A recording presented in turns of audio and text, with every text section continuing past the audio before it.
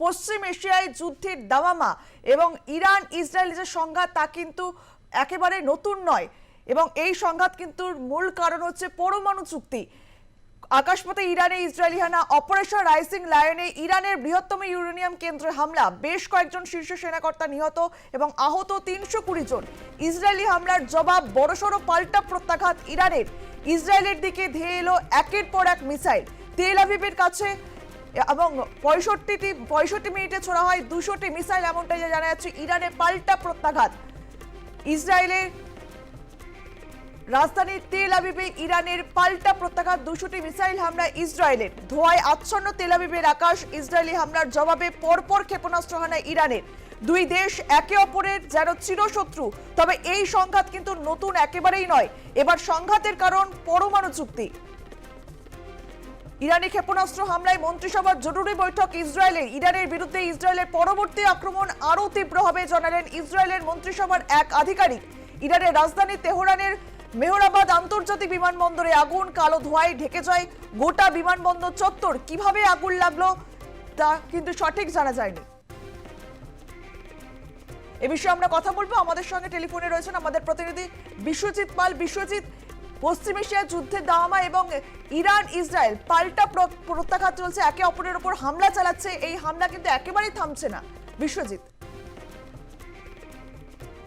যোগাযোগ বিচ্ছিন্ন হয়ে গেছে। আপনাদেরকে আরো একবার জানিয়ে রাখি, আকাশপথে ইরানে ইসরায়েলি হানা, অপারেশন রাইজিং লায়নে ইরানের বৃহত্তম ইউরেনিয়াম কেন্দ্রে হামলা আর ইরানের রাষ্ট্রপতি কার্যালয়ের সামনে ইসরায়েলের বড় হামলা, যার জেরে ১০৪ জনের মৃত্যু হয়েছে বলে জানা যাচ্ছে এবং ইসরায়েলের রাজধানীতে যে হামলা হয়েছে সেই হামলায় একজন মহিলার মৃত্যু হয়েছে।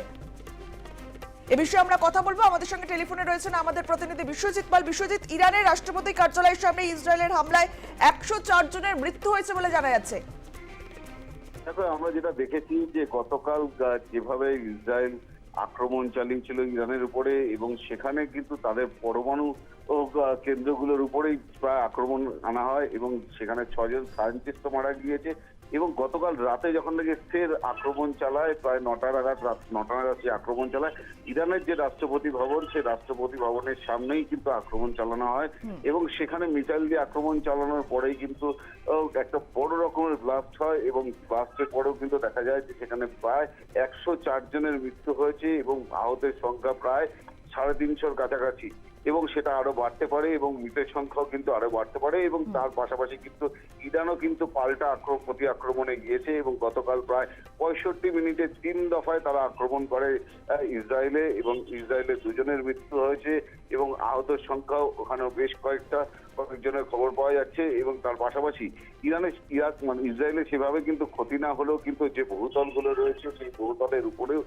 কিন্তু সেই মিসাইল গুলো পড়ে এবং মিসাইলে কিন্তু বেশ কিছুটা ক্ষতি হয় এবং বহুতলের বেশ কয়েকটা বহুতল ভেঙে যায় এবং ইসরায়েলের যে ইয়ে ছিল, অর্থাৎ ইসরায়েল কিন্তু প্রচুর পরিমাণে কিন্তু ক্ষেপণাস্ত্র কাছাকাছি ধ্বংস করেছে এবং সেটাও কিন্তু ইসরায়েলের পক্ষ থেকে জানানো হয়েছে। তাদের জরুরি বৈঠকও শুরু হয়েছে এবং গতকাল রাতেই একটি বৈঠক হয়েছিল এবং আজকে সকালবেলা কিন্তু 10টা থেকে তাদের একটা বৈঠক হওয়ার কথা এবং সেই বৈঠকে কিন্তু তাদের মন্ত্রিসভার সমস্ত সদস্যদের থেকে ডাকা হয়েছিল। এছাড়াও কিন্তু ইসরায়েলের যে সেনাপ্রধান থেকে আরম্ভ করে সবাই কিন্তু এই বৈঠকে যোগ দিয়েছিল।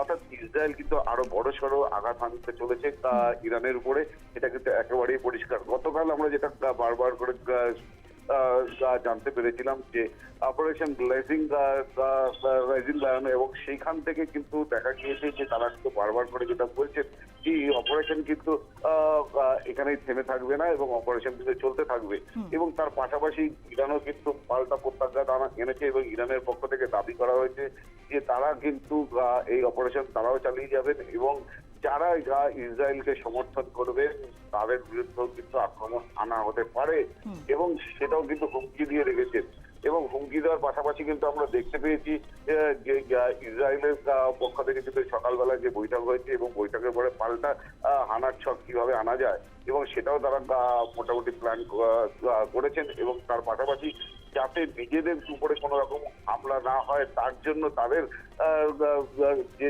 সিস্টেমগুলো রয়েছে সেগুলোকেও কিন্তু তারা সতর্ক করেছেন এবং যাতে ইসরায়েলের উপরে কোনো রকম কোনো ড্রোন হামলা বা কোনো মিসাইল হামলা প্রতিহত করা যায় তার জন্য তাদের যা যা প্রয়োজন রয়েছে এবং তারা কিন্তু গতকাল থেকে করতে শুরু করেছে ইসরায়েলের পক্ষ থেকে, ইসরায়েল সেনা থেকে আরম্ভ করে, এবং সবাই কিন্তু আজকে দেখা যাচ্ছে যে তারা সেই বৈঠকে অংশগ্রহণ করেছেন এবং অংশগ্রহণ করার পরে নতুন করে কিভাবে অর্থাৎ ইরানের উপরে হামলা আনা যায় সেই নিয়ে কিন্তু তাদের এই বৈঠক হয়েছে। বেশ, নজর রাখো, ধন্যবাদ তোমায়। ইরানের বিরুদ্ধে ইসরায়েলের পরবর্তী আক্রমণ আরো তীব্র হবে জানালেন ইসরায়েলের মন্ত্রিসভার এক আধিকারিক। ইসরায়েলি জরুরি পরিষেবা এমডিএ জানিয়েছে, ইসরায়েল গুজদার এলাকায় ক্ষেপণাস্ত্র হামলায় কমপক্ষে 34 জন আহত হয়েছে। এমডিএ আরও জানিয়েছে, এক মহিলার অবস্থা আশঙ্কাজনক এবং একজন পুরুষ গুরুতর আহত হয়েছেন। ইরানের রাষ্ট্রপতি কার্যালয়ের সামনে ইসরায়েলের বড় হামলায় 104 জনের মৃত্যু হয়েছে বলে জানা যাচ্ছে। দুই দেশ একে অপরের চিরশত্রু এবং যুদ্ধ থামার নামই নেই, একে অপরের দিকে হামলা চালাচ্ছে দুই দেশ। 65 মিনিটে ছোড়া হলো 200টি মিসাইল তেল আভিভে। ইসরায়েলি হামলার জবাব বড়সড় পাল্টা প্রত্যাঘাত ইরানের। ইসরায়েলের দিকে ধেয়ে এলো একের পর এক মিসাইল।